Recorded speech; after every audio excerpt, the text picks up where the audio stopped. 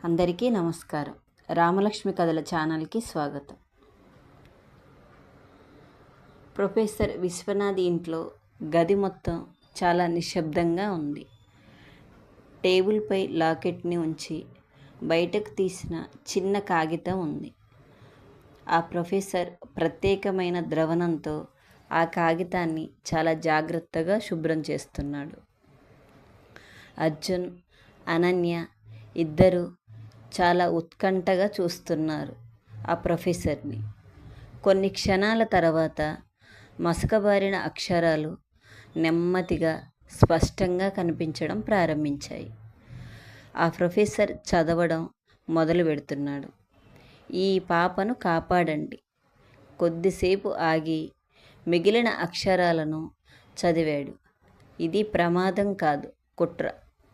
ఆ మాటలు విన్న అనన్య గుండె ఒక్కసారిగా బరువెక్కింది.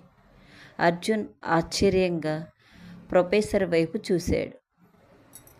ఆ ప్రొఫెసర్ తల ఊపాడు. ఈ సందేశం రాసిన వ్యక్తికి ఆ పాప ప్రాణాలకు ప్రమాదం ఉందని ముందే తెలుసు.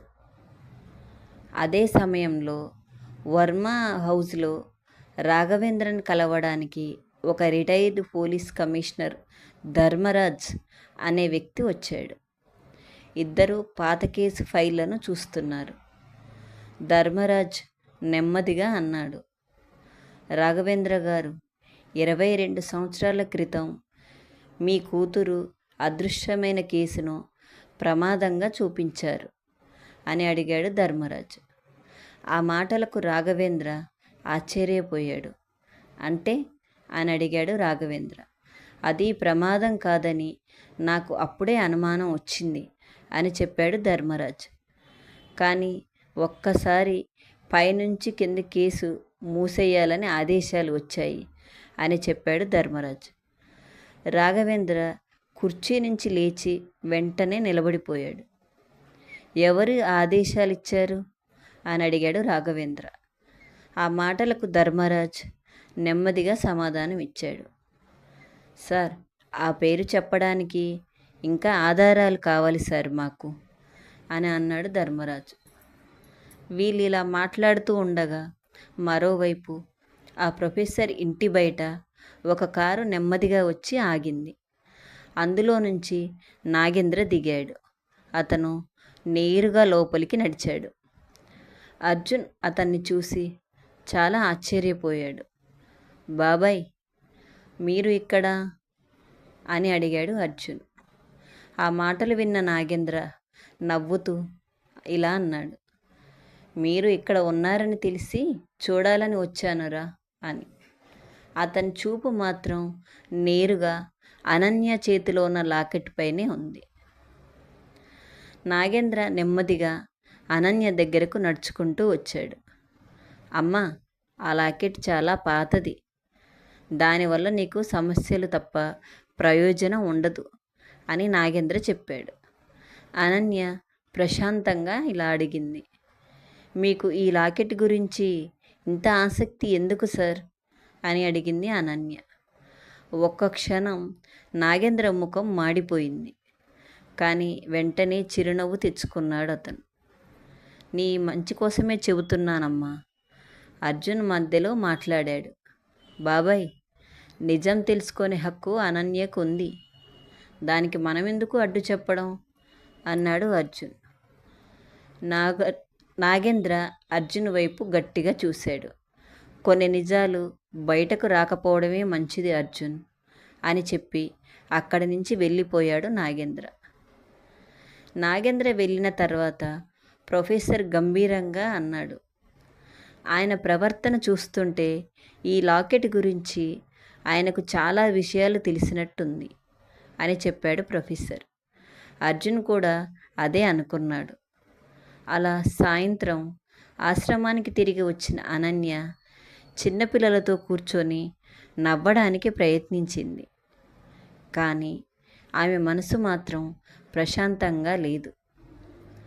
అప్పుడే ఆశ్రమం గేటు ముందు ఒక కవరు పడి ఉంది.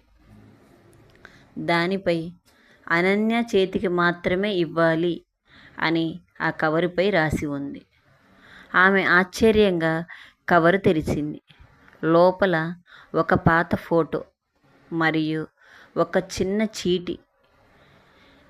ఆ చీటీలో ఇలా రాసి ఉంది: నీ గతాన్ని తెలుసుకోవాలంటే రేపు సాయంత్రం 6 గంటలకు పాత శివాలయం దగ్గరికి ఒంటరిగా రా అని రాసి ఉంది ఆ చీటీలో.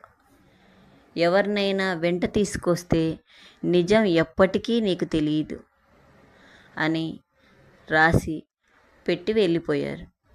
అనన్య చేతులు ఆ లెటర్ చదువుతున్నంతసేపు వణికిపోయాయి.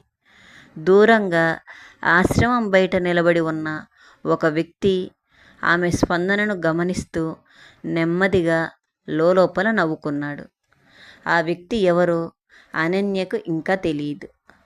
అనన్య ఒంటరిగా పాత శివాలయానికి వెళ్తుందా? ఆ రహస్యలేఖ పంపింది ఎవరు? నాగేంద్ర వేసిన కొత్త ఉచ్చులో అనన్య చిక్కుకుంటుందా? ఎపిసోడ్లో మరో ఉత్కంఠభరితమైన మలుపు ఎదురవుతుంది. అలా మరుసటి రోజు ఉదయం నుంచి అనన్య మనసు ప్రశాంతంగా లేదు. ఆ రహస్యలేఖలో ఉన్న మాటలు పదే పదే ఆమెకు గుర్తుకొస్తున్నాయి. పాత శివాలయం దగ్గరికి ఒంటరిగా రా.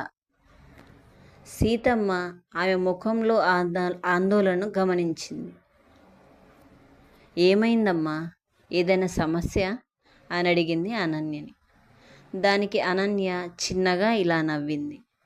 ఏమి లేదమ్మా, కొంచెం అలసటగా ఉంది, అందుకని. ఆమె నిజం ఏమాత్రం చెప్పలేదు.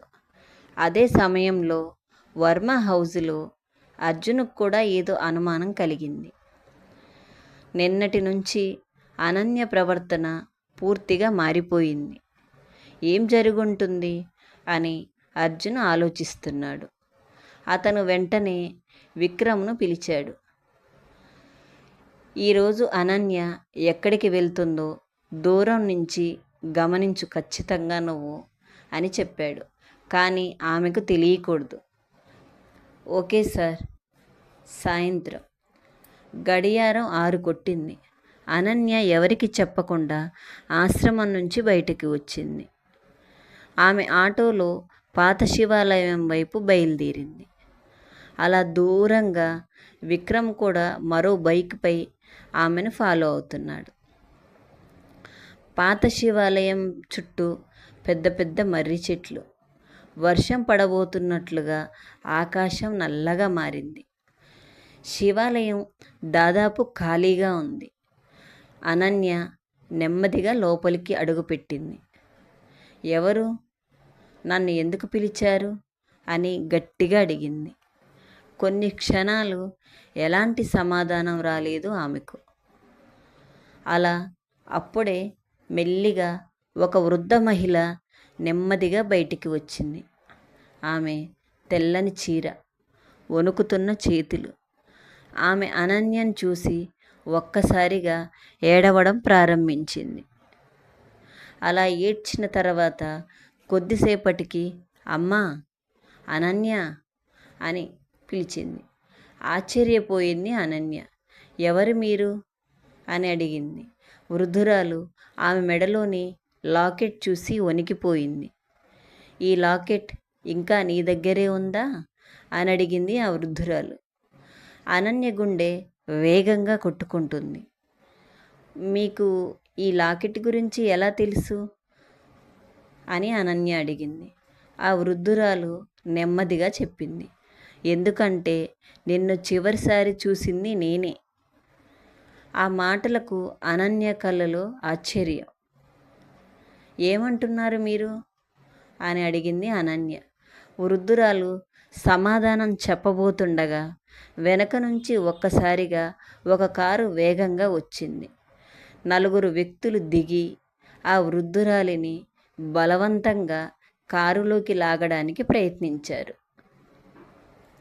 నన్ను వదలండి అని ఆమె అరిచినా ఎవరూ వినలేదు. ఆమె వారిని ఆపడానికి ప్రయత్నించింది. కారు వెంటనే పరిగెత్తింది అనన్య.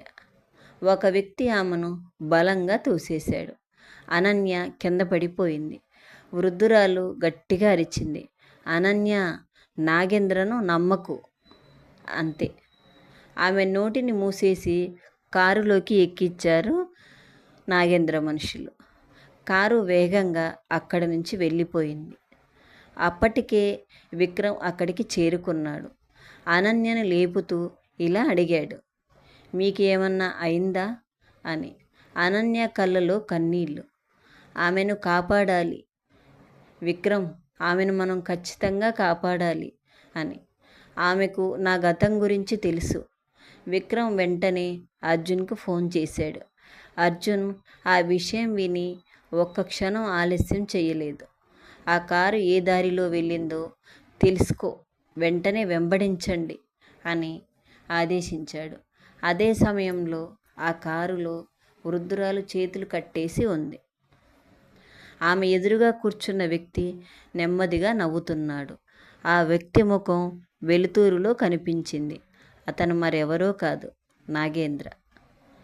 ఇన్ని సంవత్సరాలు నోరు మూసుకొని ఉన్నావు, ఇప్పుడు ఎందుకు నిజం చెప్పాలనిపించింది అని అతను చాలా నెమ్మదిగా అడిగాడు ఆ వృద్ధురాలిని. ఆ వృద్ధురాలు భయపడకుండా ధైర్యంగా సమాధానమిచ్చింది. ఇక నిజం దాచలేవు నాగేంద్ర.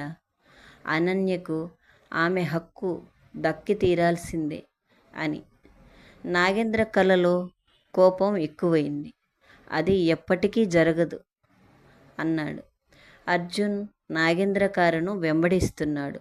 వృద్ధురాలు చెప్పబోయే అసలు రహస్యం ఏమిటి? అనన్య మొదటిసారి నాగేంద్రపై గట్టి అనుమానం పెంచుకుంది. కథలో అత్యంత ఉత్కంఠభరితమైన చేంజ్ ప్రారంభమవుతుంది. మీకు ఈ స్టోరీ నచ్చినట్టయితే ఖచ్చితంగా లైక్ చేయండి. ఫ్రెండ్స్ అండ్ ఫ్యామిలీకి షేర్ చేయండి. Thank you.